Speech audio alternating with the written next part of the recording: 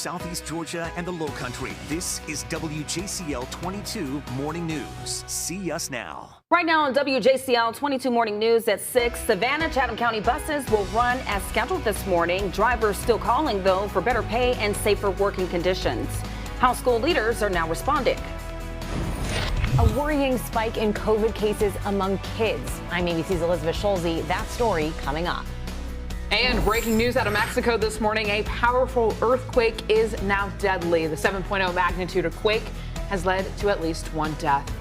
Well, we want to thank you so much for starting your day with us right here on WJCL 22 Morning News. I'm Emma Hamilton. And I'm Ashley Garrett. Let's get a check now of the certified most accurate forecast with meteorologist Jonathan Myers. Jonathan, I know when we mentioned Larry, there's a lot of talk of sea swell. What exactly is that, and will it impact us here? Yeah, it's going to impact us along the coast. What that means is that from the strong winds that kind of push up across the Atlantic, we're going to see that sea swell increasing along the coast throughout the daytime today, higher rip current risk. But what you're seeing this morning impacting some of your morning commute to get ready to walk out the door. Most of us are dry this morning, but notice Chatham County seeing some light rain, even hearing a few rumbles of thunder and lots of flashes of lightning out there along Highway 17. This is Quaco Road right here. Seeing that shower move up right along Quaco Road coming out of Bryan County. Seeing some showers are out of Chatham County along Highway 17.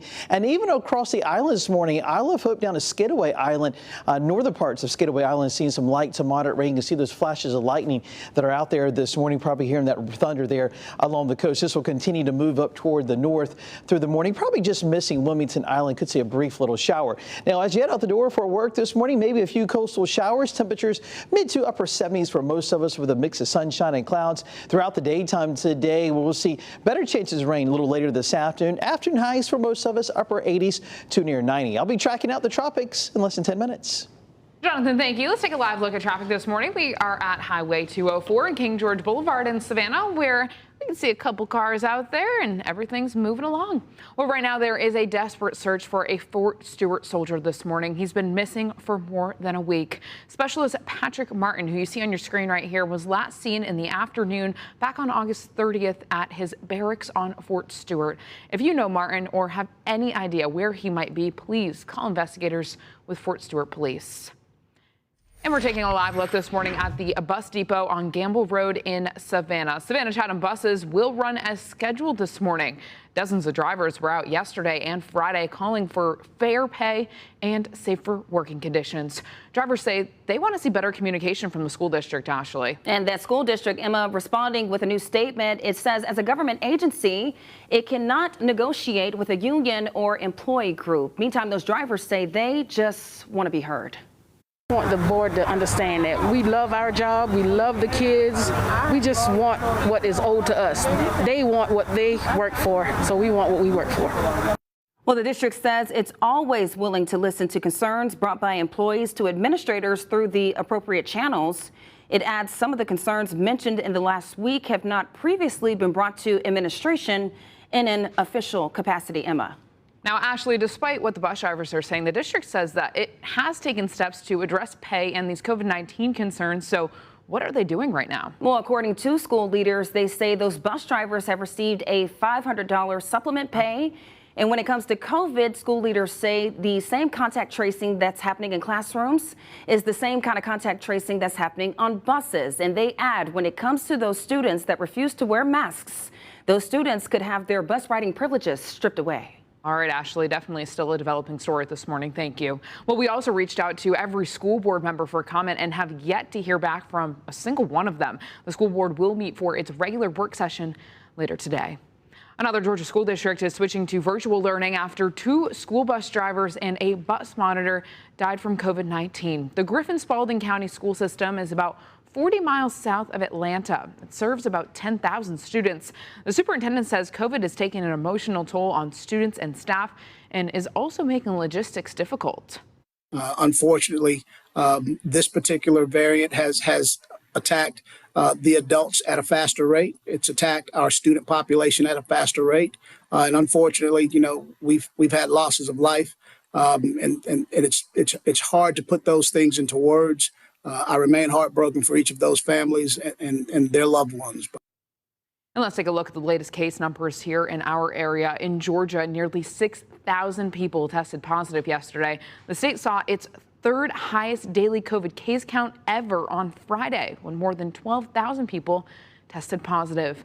And in South Carolina, nearly 3,400 people tested positive on Sunday. Those are the latest numbers that we have from the state.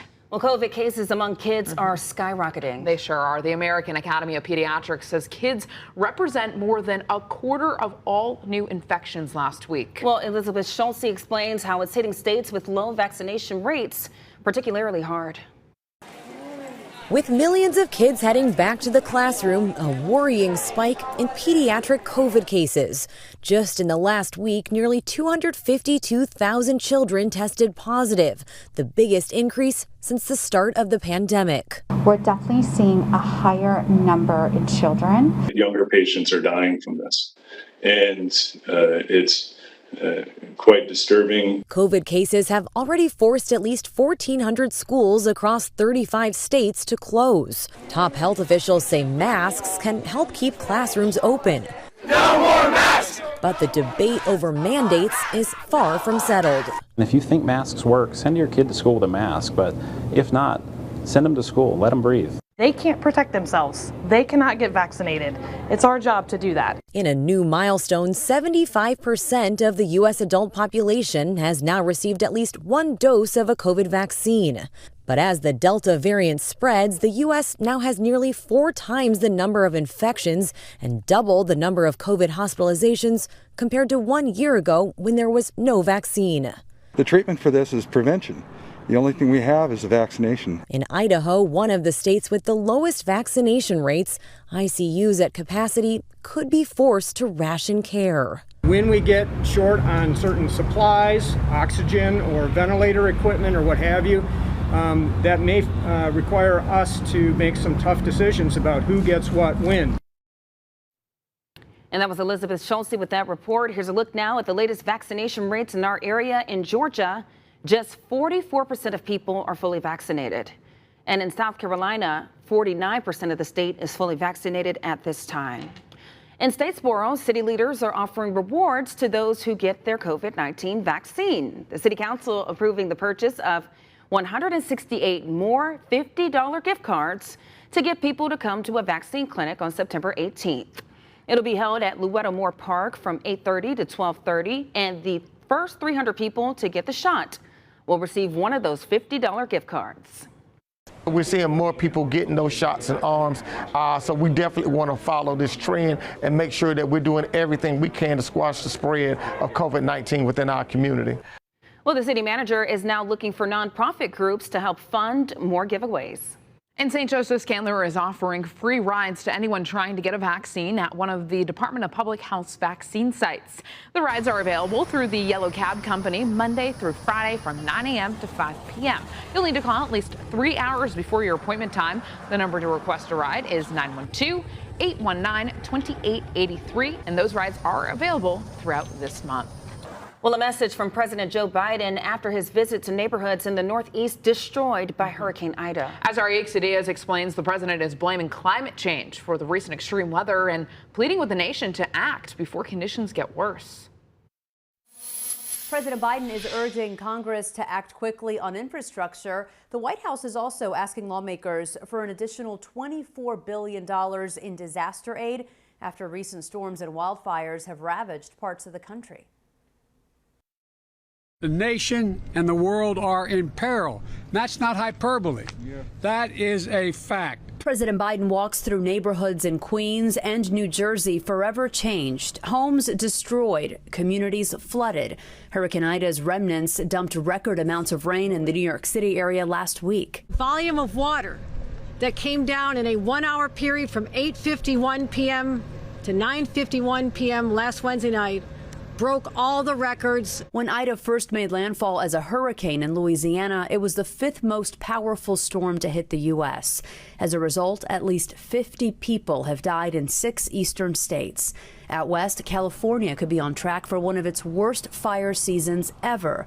President Biden says the devastation from coast to coast is proof extreme weather is only getting worse and climate change is to blame. We got to listen to the scientists and the economists and the national security experts. They all tell us this is code red. President Biden is hoping lawmakers pass one bill dedicated to fixing the nation's roads and bridges, and another bill that invests in human infrastructure, which includes addressing climate change. In Washington, I'm Aixa Diaz. And new this morning, qualifying begins today in the Chatham County race to fill the seat of the late Representative Edward Mickey Stevens. The Savannah native passed away at 77 last month after battling a long-term illness. Well, candidates can apply through Friday. A special election for the seat will be held November 2nd, and the last day to register to vote is October 4th.